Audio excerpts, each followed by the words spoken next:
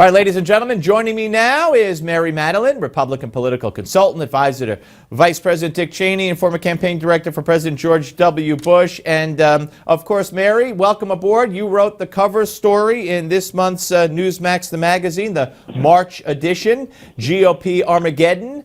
The bare-knuckled cage match for the 2016 nomination. Very exciting, very wonderful piece. So welcome back. Well, thank you. I wrote that over a month and a half ago, so I guess I was pretty prescient, but you're the editors at Newsmax, particularly Mr. Patton, are amazing how they got that all in there. I don't know. And my husband's making it signed reading for his advanced political science class at Tulane, so I'm excited about it. And it's just the essence of it is, fear not, conservatives. We've been down this road before.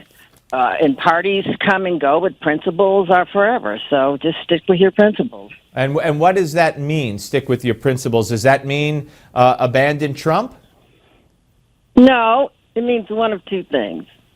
Make Trump adopt the conservative principles. I thought his health care plan was about 60% okay. And or support Ted Cruz. Those are your options. And I think there's a lot of room still to do that. I'm disappointed that I'm on my way over to CPAC to hear Matt Schlapp, who's the president of ACU, and Cruz is there today. But Donald pulled out. I don't know why he pulled out. That's very bad news for conservatives. Well, first of all, he said he pulled out so he could campaign in Kansas and Florida. But why it's bad news for conservatives or bad news for Donald Trump? It's bad news for conservatives who would hope that if the option was to advance an advocacy for conservative first principles, that he would not attend the premier convention and of advocates of conservative first principles. So it's bad for him because he can expand the electorate all he wants. Mitt Romney won the independents and McCain won the independents. He cannot win without the conservatives. So if he eschews conservatives, that's bad for his candidacy. And if he wins without conservatives, that's the death knell to our party. So it's a two-way street of bad news, in your opinion. So let me ask you this. First of all, last night's debate. I thought the first question was going to set a tone for Trump when he was asked to respond to Mitt Romney, who I want to ask you about also. And he was very calm. Said that he ran a failed campaign and then kind of went on to something else. And I thought, well, okay, he's going the high road. And for the most part, he did until he was attacked, and then he fired back in the little hands and all that kind of stuff. But I just see status quo. Everybody's saying what a great job Ted Cruz did. And he did. But he always does that job. He's always well-informed. He's always quick to answer. He's always brilliant. But it doesn't resonate. Well, I think in the sense that this is now, the field is smaller, people are listening more, there's more at stake, we're at the crossroads here. Trump at the last, his speech after the SEC primaries, he was more quote-unquote presidential, and as he was, his demeanor was less raucous last night, although it's still pretty raucous. What Cruz had to do up until the SEC states was his strategy is to have the conservatives and angry at government conservatives coalesce, and Donald broke into that, so he was speaking the language of conservatism. What he hasn't been able to display, which he did last night, which is get beyond the language of what is a second language for you and me. We know what Second Amendment is way more than just guns, and we know all the constitutional meanings behind these. He got to speak about larger issues last night, but there's no doubt. I mean, his whole history is replete with evidence of how smart he is. The guy was, according to liberals at Harvard, the most brilliant legal mind that ever went through this. Alan Dershowitz said that, yeah. Yeah, that's right. So, and he won all of his cases when he was the youngest Solicitor General before the Supreme Court.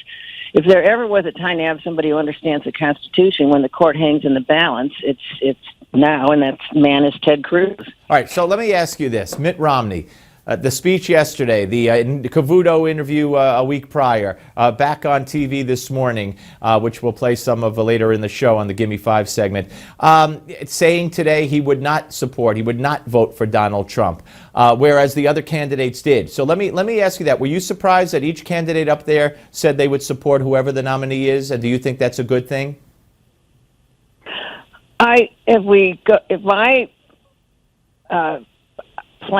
What I laid out as options for conservatives is to corral Donald and make him understand he can't win without conservatives, and he can't get conservatives without advocating and espousing conservative principles. That everybody can and should vote for him. If we give an opportunity to run as a third party, the history of third parties is that they let the loser win. In this case, it would be Hillary.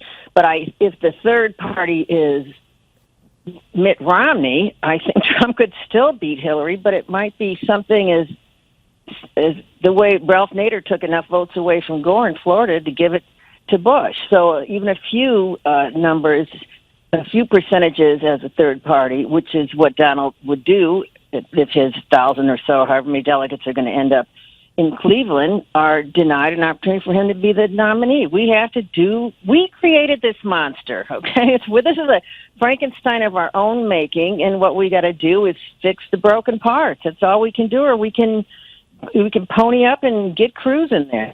Okay, so I just want to be clear. So if Mitt Romney were the third-party candidate, you think Trump could still beat Hillary. But what if Trump gets screwed at the convention in his mind, and he became the third-party candidate? What happens then? Hillary wins, right? Well, what I'm saying is that history is when there's three parties, the loser wins. Right. It happened in 92. Right.